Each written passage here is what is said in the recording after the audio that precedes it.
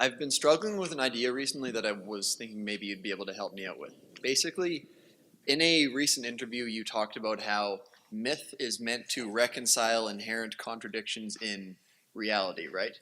But I'm sort of stuck between two mythological or psychoanalytic ideas that I think are both really important, but they seem to have an inherent contradiction within them that I've been trying to figure out.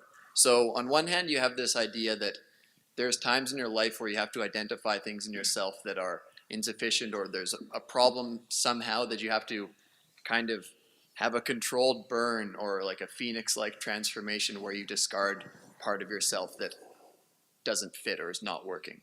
But then on the other hand, you have talked about this Jungian idea where as you become really, when you get older, you mature by reincorporating things about yourself that you lost when you were younger, or that you're trying to integrate your shadow, or you're trying to find parts of your personality that maybe you've been rejecting and try and figure out how to bring them into the fold or into the whole. So he's got this quote that I really like, which is, "I'd rather be whole than good." Right.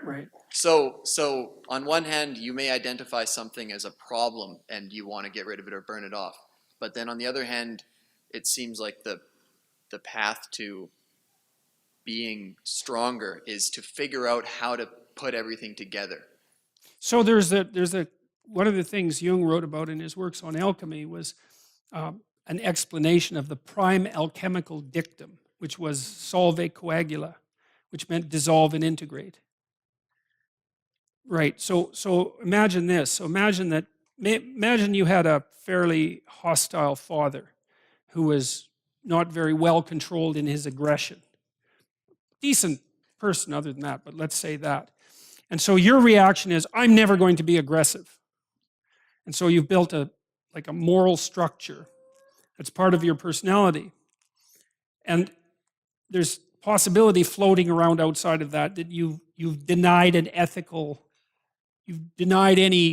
ethical, what would you say? You've stripped the idea of aggression of any ethical utility whatsoever. Okay, so what happens? This burns off, and then that comes back up. Now you still have to integrate it. So it's associated in some sense with Nietzsche's idea as morality as cowardice.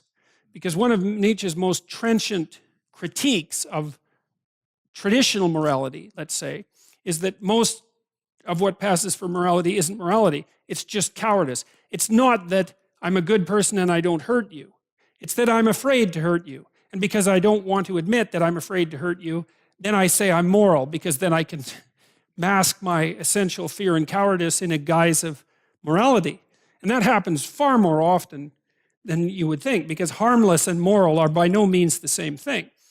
So some of what you're burning off, you can sit, and this is where Freud was such a genius, I think, is because he concentrated on aggression and sexuality, which are perhaps the two most difficult parts of a personality to integrate.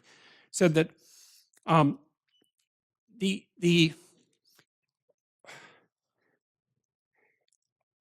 hypersimplified morality stops you from tapping into deeper recesses of your psyche. And it's partly because they're primal forces. It's not surprising that you don't want to have anything to do with them, that you stay away from situations where they might make themselves manifest. But the problem is, by denying the worst in yourself in that manner, suppressing it, you preclude the possibility of the best. Because no one can be a good person without integrating their capacity for aggression. Because without that capacity for aggression, you cannot say no. Because no means, if you really say it, no means there isn't anything that you can do to me that will make me change my mind. Or conversely, it means I will play for higher stakes than you will.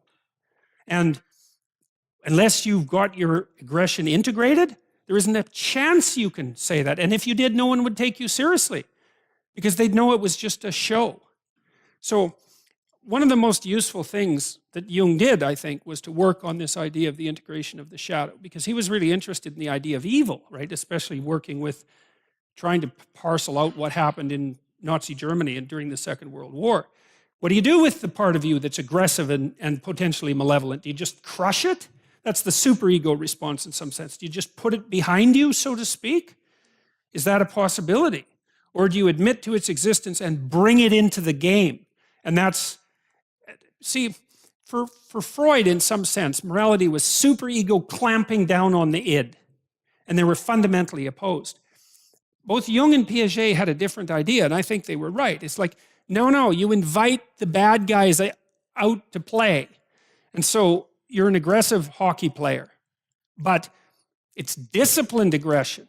That gives you access to a whole sorts of energy you wouldn't otherwise have.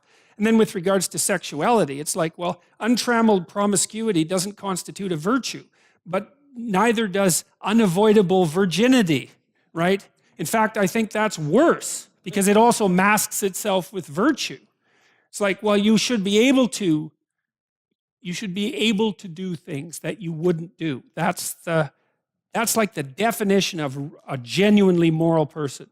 They could do it, but they don't. And that's not cowardice. And so you burn off the things that get in the way of that integration. So when you say dissolve and integrate, might it be a good way to sort of bring the two ideas together, that the burning off and the difficult process is necessary because the elements of yourself are structured together in a rigid way that is not working properly? And that's what happens to Geppetto in the belly of the whale.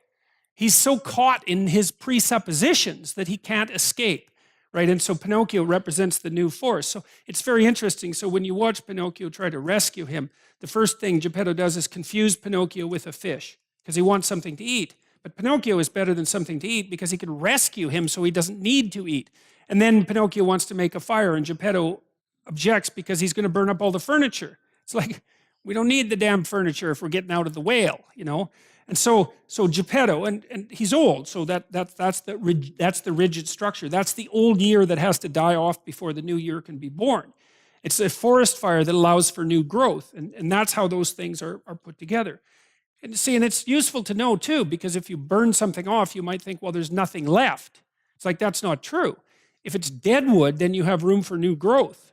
And you want to be doing that on a fairly regular basis. That's the snake that sheds its skin and transforms itself, right? That's the death and resurrection from a psychological perspective. It's exactly the same idea. Now, we don't know the upper limit to that, right? Because we don't know what a person would be like if they let everything that they could let go, and only let in what was seemly, let's say. But you can see that. It's funny. We don't know that to some degree. You can see people start to do that without. That's not a rare experience. And people improve very rapidly. They can improve their lives very rapidly. A lot of it's low-hanging fruit. Like, if you just stop doing really stupid things that you know are stupid, your life improves a lot. So, and it frees you up.